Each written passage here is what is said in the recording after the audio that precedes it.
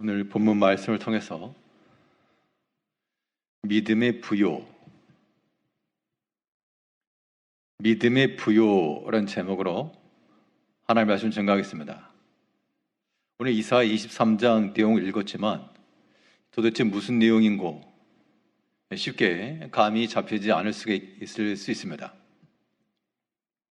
23장의 내용은 이사야서에서 열방에 대한 하나님의 진노와 심판을 말씀하실 때 이 두로와 시돈 지방에 행하신 그러한 진노의 역사입니다.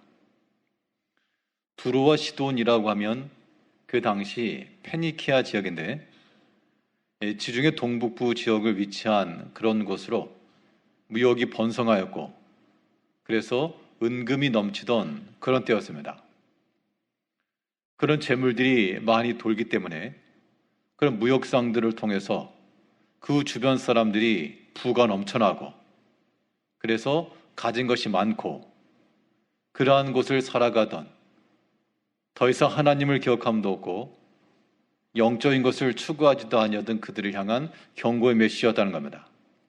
오늘날 이 시대가 그런 시대가 되었습니다. 세상의 것에 대해서는 부유함에 이르고 이 부의 상징이죠. 내가 얼마나 많은 토지를 가졌는가, 예전 시대 같으면 얼마나 많은 가축을 가지고 있는가, 얼마나 고가의 부동산을 가지고 있는가, 또한 이 금융자산을 가지고 있는가, 이런 것들이 오늘날 사람들이 추구하는 그러한 부의 상징들입니다. 또 많은 사람들이 그러한 부를 얻으려고 부단히 애를 쓰고 있죠. 어떻게 하면 이런 부를 얻을 수 있을까? 물질 자체를 악하다라고 보진 않기 때문에 우리가 부유하게 되는 것 그 자체를 악하게 볼 건 없습니다. 그런데 세상에 대해서는 부유하나 하나님에 대해서는 인색하고 가난한 것은 성경에서 경고하는 바요. 오늘 두로와 시돈이 받았던 경고의 내용도 너희가 비록 세상의 것으로 경제적 자유를 이루며 더 이상 부족할 것도 없고 모자랄 것도 없이 살아갔어도 너희가 영적으로 곤비하며 하나님을 알지 못하는 그러한 모습은 하나님 앞에서의 진노의 대상이라. 이것은 그 당시 두로와 시돈만 해당하지 않고 지금 이 시대를 살아가는 우리가 하나님을 믿는다라고 말하나 우리 또한 영의 것과 하나님에 대해서는 무관심하며 이 세상의 것으로만 만족하여 살아가는 그런 사람들을 향한 그런 경고와도 같은 겁니다. 그러면 우리 이 땅 가운데 살아가면서 이 모든 세상의 것으로도 부유함을 얻을 것이나 무엇보다 우리는 믿음에 있어서의 부유함에 이르러야 되겠습니다. 믿음의 부유, 어떠한 믿음이면 우리가 부유하다라고 말할 수 있을까? 어떠한 믿음이면 우리에게 가치가 있는 좋은 믿음이 되겠는가? 하나 앞에 믿음의 부유함이 이르기 위해 우리의 믿음이 어떠한 모습을 지녀할지에 대해서 오늘 본문을 통해 살펴보도록 하겠습니다. 첫 번째로 생각해 볼 수 있는 것은 도대체 어떠한 믿음이면 참 부유한 믿음이라고 인정받을 만할까? 오늘 본문 말씀 속에서는 연단받는 믿음은 하나님 앞에서 참 부유함에 이를 수 있는 믿음이 될 수 있습니다. 그냥 믿음 아니고 연단받는 믿음. 오늘 본문의 내용은 이 땅 가운데서 믿음으로 행하지 못하고 눈에 보이는 곳으로만 살아가던 그 사람들에 대한 경고의 말씀인데요. 1절부터 보면 두로에 관한 경고라. 다시스의 배들아 너희는 슬피 부르짖을지어다. 두로가 황무하여 집이 없고 들어갈 곳도 없으며 이 소식이 기띔 땅에서부터 그들에게 전파되었음이라. 바다에 왕래하는 시돈 상인들로 말미암아 부유하게 된 너희 해변 주민들아 잠잠하라. 두로와 시돈 지역의 이 배, 특별히 다시스의 배, 커다란 무역을 가리키고 있고요. 특별히 시돈과 바다 왕래를 통해서 부유하게 되었으나 그러나 그들의 부유라고 하는 것은 어디까지나 눈에 보이는 바, 세상에 속한 것에 대한 부유였다는 겁니다. 근데 우리 믿음의 삶이라고 하는 그게 아니어서 우리가 반드시 지녀야 될 그런 사상은 보이는 것이 전부가 아닌 삶이다, 그 얘기입니다. 보이는 것이 전부가 아니다라고 하는 것을 우리가 항상 인지하고 있어야 보이지 아니하는, 즉 보이지 아니하는 것을 그럼 뭐라 말할 수 있습니까? 한 글자로 말하면, 보이지 아니하는 것을 한 글자로 말하면 영. 보이는 것을 따라 사는 것이 아니요, 육으로 사는 것이 아니요, 보이지 아니하나 그러나 우리 가운데 실제하는 그 영의 것을 가지고 살아갈 때 이것이 하나 앞에서 이 믿음의 부여를 이룬다는 겁니다. 오늘 본문에 나오는 두로와 시돈과 그 주변에 있던 모든 도시들은 눈에 보이는 것, 그들의 모든 외적인 그런 물질의 풍성함을 따라 그들은 만족함을 삼았다는 겁니다. 이 시대를 살아가는 우리 신앙인들도 눈에 보이는 곳으로만 살아서는 안 되겠습니다. 육의 것이 필요 없다는 것이 아닌데, 그런데 그 육의 것만 하느라고 영의 것에 대해서 소홀히 하고 하나님에 대해서 인식하는 그것은 믿음의 영역이 아니라는 겁니다. 속고 있는 거예요. 이제 우리는 보이는 게 다가 아니고 보이지 아니하는 바, 하나님도 보이지 아니하시나 실제하는 바요, 천국도 보이지 아니하나 실제하는 바요, 하나님의 영원한 상급도 우리 눈에 보이지 아니하나 우리는 실제하는 것으로 믿고 나가는 겁니다. 이 보이지 않는 것을 보는 것처럼 믿고 살아가는 것, 이것이 믿음의 부요함이요, 하나 앞에서 살아가는 겁니다. 결국 이 보이지 않는 것을 그럼 어떻게 보느냐? 그게 바로 우리의 믿음의 눈으로 보는 겁니다. 우리가 믿음 안에서 잘 연단을 받으면, 연단받은 믿음이라고 하는 것은 이 세상을 뚫어볼 수 있는 해안을 주게 됩니다. 사람이 어떤 일에 정통할 때도 처음부터 일을 잘하는 사람이 없고, 처음에는 서툴고 어렵고 그렇지만 시간이 지나면서 점점 익숙해지고 또 전체를 볼 수 있는 안목이 생기게 되고, 그렇게 해서 일을 이뤄가는 겁니다. 믿음의 일도 마찬가지여서 우리가 이 땅 가운데서 여러 가지 시험을 당할지라도 그 인내를 통하여 연단함을 잘 받으면 이제 우리 가운데 다가오는 온갖 종류의 시험이라도 이제 거기를 우리가 꿰뚫어 볼 수 있는 눈이 생긴다는 겁니다. 그게 믿음의 눈이요, 믿음의 안목인데, 이런 것을 생기기까지, 그런 눈을 얻기까지 너희가 믿음 안에 거하라. 계시록을 보게 되면 이런 표현이 있습니다. 너희가 스스로 부유하다라고 말하나 실상은 너희의 가난하다. 너희의 벌거벗은 것을 봐라. 보지 못하겠으면 안약을 사다가 눈에 바르고 봐라. 특별히 안약을 사서 봐라 라고 하는 말은 그 당시 그 지역에 안약으로 유명한 그런 지역이었다고 합니다. 그래서 보이지 아니하는 것, 너희가 보이지 아니하 안약이라도 사다가 발라서 눈을 뜨고 좀 보라 라고 말하고 있는데요, 우리가 육의 눈으로만 보지 마시고 그 너머에 있는 영의 것으로도 판단할 줄 아는 지혜를 가져야 됩니다. 하나 넘어 그 다음 것까지 내다보는 사람은 그 숨은 기쁨과 즐거움이 있기 마련이에요. 사람이 어떤 일에 대해서 수고하고 고생할 때 아이고 나만 고생한다, 나만 수고한다, 그것만 놓고 보면 참 싫은 일인데, 이 수고와 이 고생을 지나면 다른 사람에게는 허락되지 않은 더 좋은 걸 준다, 그걸 아는 사람은 그 보이지 아니하는 것이 하나의 소망이 되고 눈에 보이는 그런 수고로움도 능히 감당해낼 수 있는 그런 게 되는 겁니다.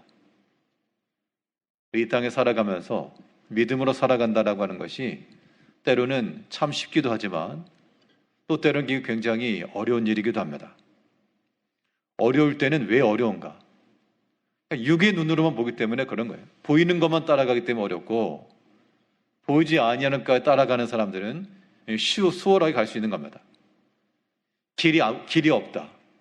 보이는 것만 따라가는 사람은 길이 없을 때 낭망하고 당황하겠으나, 그러나 우리는 보이지 아니하시나 하나님께서 광야 백성들 이끌어내실 때 보이는 길로만 인도하신 게 아니었죠. 그 바닷속에 길을 감추어 놓으셨다가 그들에게 나타내 보이시고, 그들에게 피할 길 주시고, 그들에게 안전한 길을 주셨다는 겁니다. 이것이 눈에 보이는 것을 따라가는 사람과 보이지 않는 것을 따라가는 사람의 차이인 겁니다. 그 당시 광야를 나왔던 수많은 경험 많고 똑똑한 사람들은, 야, 우리 내장지가 없어서 데려 나왔느냐, 다시 우리 애굽으로 돌아가자, 그렇게 주장을 하였고, 그러나 눈에 보이지 아니하는 바 하나님을 믿고 나왔던 모세는, 너희는 가만히 서서 여호와께서 행하시는 구원함을 보아라. 이 담대한 마음이라고 하는 것은 하나님을 향한 전적 신뢰감 없이는 나올 수 없는 말입니다. 백성들이 언제라도 돌을 들어 칠판에 지금 당장 아무것도 보이지 아니하나 하나님 우리를 구하시고 건지실 것이라고 하는 그 보이지 아니하는 바, 영의 눈, 영의 안목을 가지고 봤다는 겁니다. 그러한 관점에서 우리의 생각과 말과 행실들은 하나 앞에 가치 있는 참으로 부유한 믿음이 된다라고 말할 수 있겠습니다. 연단받은 믿음이라고 하는 것은 우리 삶에 있어서 가치를 높여주는 것인데, 연단받았다라고 하는 것은 그 믿음이라고 하는 것이 우리 삶 속에서는 중단되지 않고요, 지속성을 가지고 이어져 나가야 됩니다. 이 믿음의 지속성을 이야기할 때 우리가 흔히 하기 쉬운 그런 오류 가운데 하나는, 예전에 우리가 잘했다, 그런 옛날 얘기하는 거예요. 예전에는, 나 때는, 우리 때는, 우리는, 예전에는. 물론 그런 말들도 우리가 주 안에서 수고했던 것들을 기억하는 좋은 방편이긴 하나, 그러나 하나님의 관심이라고 하는 것은 그래서 지금은 그 전에 너의 숱한 화려한 자랑들 다 좋다. 그러나 그 지금은 어떠한가? 이 지금의 현재적 측면도 또한 우리가 살펴야 됩니다. 내가 지난날 주를 위해 수고를 많이 했다.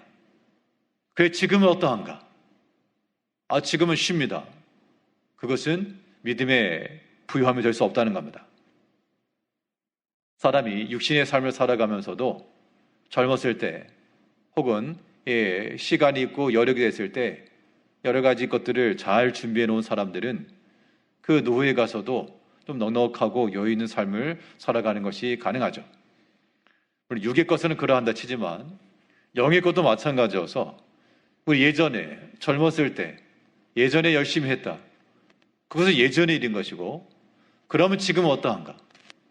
살펴보니 지금도 여전히 믿음에 힘쓰고 있고 보이지 아니하는 것을 보는 것처럼 하나님 나라를 소망하며 살아갑니다. 그러면 이것은 믿음의 부유함에 있는 것이고요. 그렇지 않고 예전엔 믿음 잘 쓰고 기도도 많이 하고 봉사도 많이 하고 그랬는데 지금은 안 합니다. 물론 못하는 경우도 있죠. 이 연세가 드셔서 못할 수 있고, 그러니까 지금은 안 하고 있습니다. 혹은 못합니다. 그러면 그거는 이틀 전에 밥 실컷 먹고 지금 굶고 있는 것과 똑같은 거예요. 이 두루와 시돈에 관한 이 경고에서 너희가 이 물질을 따라가다가 더 이상 하나님 앞에 이 영적인 것을 추구하지 못했을 때 하나님 심판이 임할 것인데, 그때 사람들이 말하기를 너희 화려했던 영광이 어디 갔는가? 를 물어볼 것이라 라고 말하고 있는데요. 본문 7절을 보게 되면 이사야 23장 6절 7절에서 너희는 다스시로 건너갈지어다. 해변 주민아, 너희는 슬피 부르짖을지어다. 이것이 옛날에 건설된 너희 희락의 성, 곧 그 백성이 자기 발로 먼 지방까지 가서 머물던 성읍이냐. 두로와 시돈이 이 다스시의 배들로 인해서 부유함을 얻었고 또 번성하였고 그랬는데, 그런데 이제는 그 주민들을 향하여 너희 슬피 부르짖으라. 너희가 예전에 가졌던 그 영화들, 그 영광들 지금은 어찌 되었는가? 이것이 과연 옛날에 건설된 너희 희락의 성이냐? 이것은 육의 것으로만 따라가다가 하나님 앞에 진노를 받은 결과의 모습들인 겁니다. 우리가 이러한 결말에 이르지 아니하도록 우리는 이 물질적인 것뿐만 아니고요, 우리 믿음적 측면에서도 예전에 그렇게 믿음선 성읍이냐, 예전에 그렇게 하나님 잘 공경하고 믿는 일이 열심히 하던 그런 신앙인이냐, 그러나 지금 어떠하냐, 이런 질문인 거죠. 우리의 믿음의 연조라고 하는 것은 분명 시간이 지나고 또 나이가 들어갈수록 육신의 일도 약해지고요, 그건 당연한 일이겠으나, 그런 성경적 관점이라고 하는 것은 육체는 날로 쇠해질지라도 이건 인정하는 거죠. 또 하나 인정하셔야 될 것이 무엇인가 하면, 육은 날마다 쇠해져가나 영은 또한 날마다 새롭도다. 이것도 인정하셔야 되는 겁니다. 시간이 지났으니까 난 이제 못합니다. 육체적으로는 그것이 맞으나 영적 측면으로는요, 육체적으로는 못하지만 마음으로나 영으로나 날마다 새롭게 더 경험과 더 많은 믿음의 연단을 거쳤기 때문에 더 깊은 믿음을 가지고 나아갈 수가 있다라고 하는 겁니다. 이 믿음의 지속성, 믿음의 현재성이라고 하는 것들을 우리가 기억해야 합니다. 우리가 은혜 받는 방법, 믿음의 부요함이라고 하는 것은 결국 하나님의 은혜가 우리 가운데 충만함으로 나타나는 거죠. 그 은혜의 충만함이라고 하는 것은 하나님의 말씀에 대한 깨달아짐에 있고, 또 하나님의 섭리하심에 있고, 또 우리가 깨달아질 때 하나님이 역사하셨다, 하나님이 날 도우셨다, 이런 모든 것들이 다 하나님 은혜인데, 그런데 어떤 자들에게 이런 은혜가 주어지느냐, 어떤 사람들에게 이러한 부유함이 있게 되느냐. 성경에서 교훈하는 바는 너희가 주 예수 그리스도를 변함없이 사랑할 때, 주 예수 그리스도를 변함없이 사랑하는 모든 자에게 은혜가 있을지어다. 변함없이 사랑한다는 게 무엇입니까? 변함이 없다라고 하는 것은 예전이나 지금이나 동일하다는 얘기예요. 그 마음으로는 동일해서, 육체적으로 물리적으로는 우리가 제한받을 수가 있으나, 그러나 우리의 심적으로, 우리 마음으로, 우리 영으로는 날마다 새로워지고 오늘도 변함없이, 그 여호수아와 갈렙이 나중에 가나안 땅에 올라와가지고 이 갈렙이 이제 그 땅을 얻으려고 나갈 때 그 했던 말이, 내가 나이가 지금 85세로 돼. 85라고 하면 굉장히 나이가 많은 거죠. 그러니까 어떤 젊은 사람에 비해서는 육체적으로 할 수 있는 것들이 제한될 수 있습니다. 그런데 그 했던 말이 무엇인가 하면, 그러나 내가 여전히 예전이나 지금은 여전히 출입할 수 있사오니, 아무리 자신을 했어도 젊은 사람만 못하겠죠. 그러나 그 마음속에는 하나님이 약속하신 것이고, 또 내게 약속하신 바, 내가 그걸 믿고 있으니 내가 비록 육체 가운데는 85라고 말한 걸 보게 되면 분명 제한이 있는 것이지만 나 하나님의 약속 신뢰한다. 그 육체의 연약함과 육체의 한계를 뛰어넘는 것이 바로 이 믿음의 확신이었다는 겁니다. 이 영적인 안목, 이러한 믿음이 육의 모든 약한 것까지라도 상쇄할 만한 큰 힘이 되었습니다. 이 땅을 살아가면서 나에게는 과연 어떠한 믿음이 있는가? 아무리 금값이 비싸다 그래도 실제로 되는 순금이나 혹은 가치를 인정할 만한 금이어야지 번쩍번쩍 거리긴 하는데, 이거 가짜이고 겉만 도금된 거고 그러면 가치가 없는 겁니다. 우리가 다 믿음으로 살아간다 하나, 과연 우리의 믿음은, 나의 믿음은 숨고음과도 같고 정금과도 같이 참으로 가치 있는 믿음인가? 아니면 색깔만 노랗게 칠해가지고 그런 도금된 믿음인가? 이 모든 걸 판단하실 일은 하나님이신데, 우리가 다 부족함 있기 마련이나 하나님 앞에서 또 이런 걸 생각하시면서 예전에 그 화려했던 일들, 예전에 수고하고 충성했던 일들, 거기서 멈추지 마시고 이것이 옛날에 건설된 너희 희락의 성, 그 성읍이냐? 예전에 믿음 쓰고 주 앞에 충성하였던 그 모습은 어디 갔느냐? 라고 하는 그 주님의 물음이 우리 가운데 있음을 기억하시면서 주 예수를 변화없이 사랑하는 자에게 하나님의 은혜가 충만할 것이 약속되었으니 이제 우리가 예나 지금이나 변함없이 이 믿음의 일들을 지속적으로 이루어 이 믿음의 부요함 가운데 나가는 모든 성도님들이 되셔야 되겠습니다. 둘째로 어떠한 믿음이면 또 우리가 이 가치가 있는 이 부요함을 이룰 수 있는 믿음이 되겠는가? 우리 믿음이라고 하는 것도요, 낮은 마음의 믿음을 갖춰야 됩니다.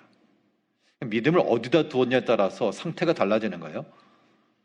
우리 흔히 냉장실이 있고 냉동실이 있어서 어디에 넣어 두었냐에 따라서 상태가 달라집니다. 우리 믿음이라고 하는 것을 어디다 두어야 부유한 믿음이 되는가? 낮은 곳에 둬야 됩니다. 높은 데에 올려놓으면 이거 냉동실, 냉장실도 아니고 바깥에 떡을 꺼내는 것 같아가지고 시간이 지나면 부패해서 상해지는 겁니다. 우리 믿음이라고 하는 것은 반드시 낮은 곳에 둬야 됩니다. 낮은 곳에 두는 믿음이라고 하는 것은 당연히 이 교만함을 물리쳐야 될 것을 말해주고 있습니다. 오늘 본문에 나오는 두루와 시돈도 그들이 왜 이러한 경고를 받고 또한 멸망이 이르렀는가? 이유가 무엇이었겠습니까? 눈에 보이는 물질이 많아서 그것만 아니죠. 성경을 보게 되면 아브라함도 그랬고 이삭도 그랬고 하나님께서 주신 것으로 인해서 거부가 되었다 그랬습니다. 단순히 물질이 많다는 것이 이유가 아니었고 그 물질이 많은 것 때문에 그들의 마음이 교만했다는 거예요. 더 이상 하나님을 의지하지 않고 하나님을 찾지도 않고 구하지도 않고 눈에 보이는 것이 그 물질이 그들이 우상이 되었고 그들이 의지하는 바가 되었고 그 결과 하나님께서 그들의 교만한 것, 그 물질을 의지하던 그 교만함을 다 꺾으셨다는 겁니다. 이것은 두로와 시돈뿐만 아니라 오늘날 이 시대를 사는 우리 모두에게도 동일하여서 우리가 세상의 것이 부유하고 번성하고 그것 때문에 문제가 아니라 그것 때문에 하나님께로 나아가지 못하는 것이다 그러면 하나님께서 그걸 끊으실 거라는 겁니다. 그 두려운 마음을 우리는 가져야 됩니다. 오늘 본문 9절 말씀에서는 8절과 9절 보겠습니다. 8절에서요. 면류관을 씌우던 자요 그 상인들은 고관들이요 그 무역상들은 세상의 존귀한 자들이었던 이 두로에 대하여 누가 이를 정하였느냐?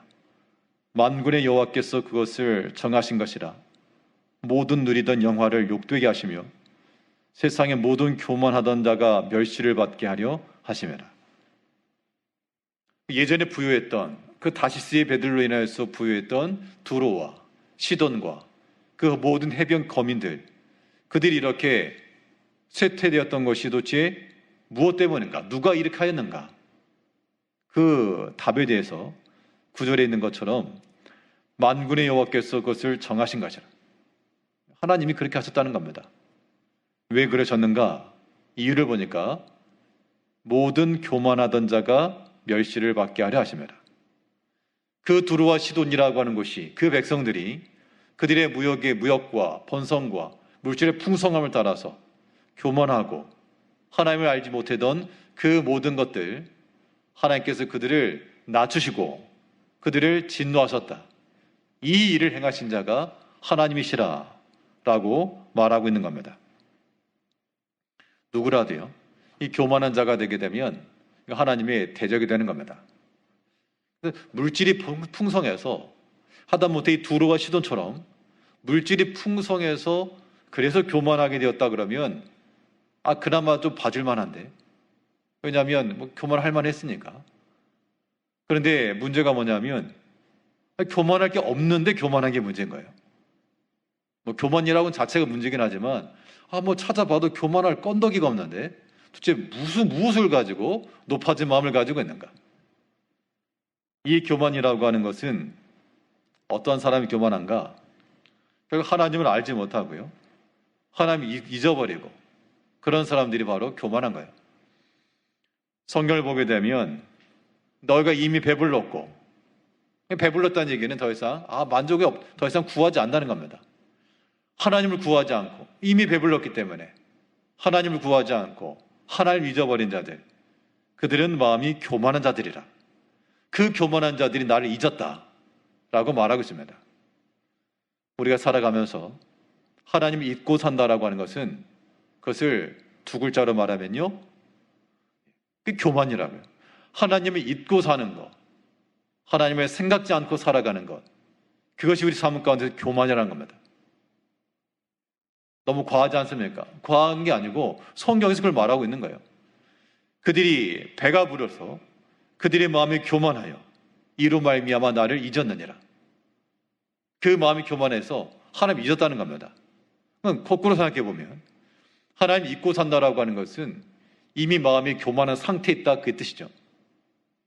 우리는 영이신 하나님이 생각나야 됩니다.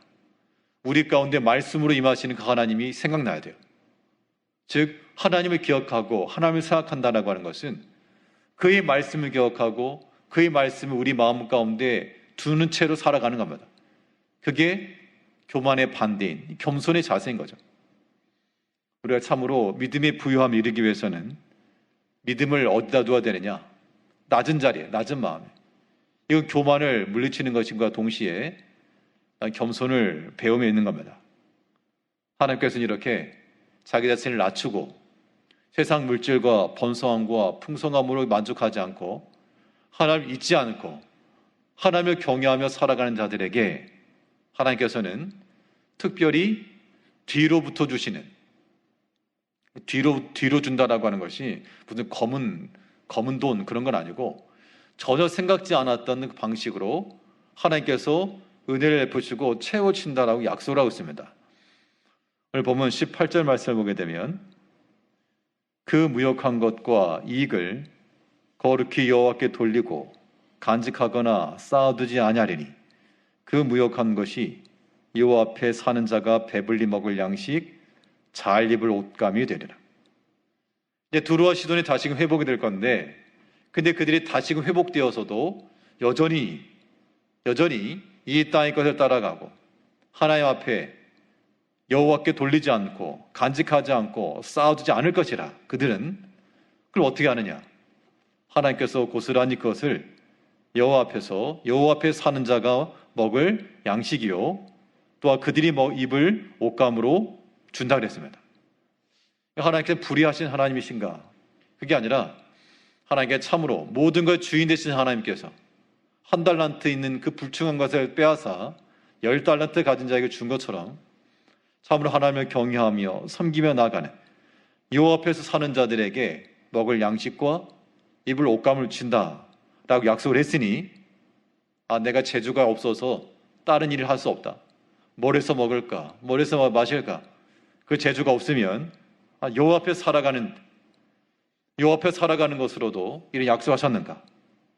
이것이 어떻게 우리 가운데 실천될 줄은 알 수 없으나 믿는 백성들에겐 하나님께서 약속대로 이루시니까 하나님께서 이렇게 여호와 앞에 사는 자들에게 먹을 양식과 입을 옷감을 준 약속하였으니 내가 겸손한 자가 되어 하나님 잊지 아니하며 그의 은총을 구하며 하나님 앞에 서길 원하오니 또 우리의 필요한 것을 채우소서. 이것이 또 우리의 믿음의 간구함이 되어야 됩니다.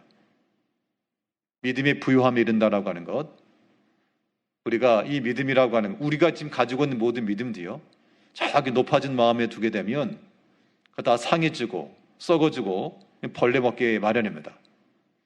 우리 믿음이라고 하는 것을 낮은 자리에 두셔서 모든 교만한 것을 물리치고, 교만이라고 하는 것은 하나님을 잊은 겁니다. 하나님을 기억하지 않는 게 교만이에요.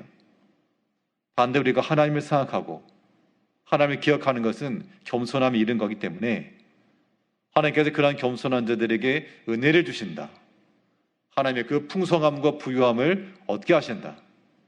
또 여호와 앞에 사는 자들에게는 그들에게 먹을 양식과 입을 옷감을 주신다 약속하였으니 우리가 하나님을 떠나서 하나님을 알지 아니한 채로 세상의 것으로만 탐하지 말고 이제 우리는 보이는 것으로만 다가 아닌 보이지 아니하는 것을 보는 것처럼 이 육의 것 속에서 영의 것을 찾을 줄 알며, 이게 보물찾기랑 똑같은 거예요. 보물찾기, 꽝이 나왔어도 그 찾는 즐거움이 있고요. 또 발견한 사람에게 기쁨이 있는 겁니다. 하나님께서 우리 삶 가운데 겸손한 자요 하나님을 사랑하는 자들 위해 예비해 놓으신 보물찾기 같은 마음을 가지고 나를 위해 예비해 놓으신 그 은총이 어디 있을고, 나를 위해 숨겨진 그 은혜가 어디 있는가, 큰 시험이 있을 때 여기에 하나님의 은혜가 담겨 있는가 구석구석 살펴보시면서 우리의 믿음을 좀 더 부여하고 좀 더 풍요롭게 만들어 가야 됩니다. 믿음의 안목을 가지고 영의 곳에서 살 것이요, 또한 지극히 낮은 마음으로 겸손함을 따라 하나님 은혜 가운데 충만하여 믿음의 부유함을 이루어 나가시는 성도님들 되시기를 바라겠습니다. 기도하겠습니다.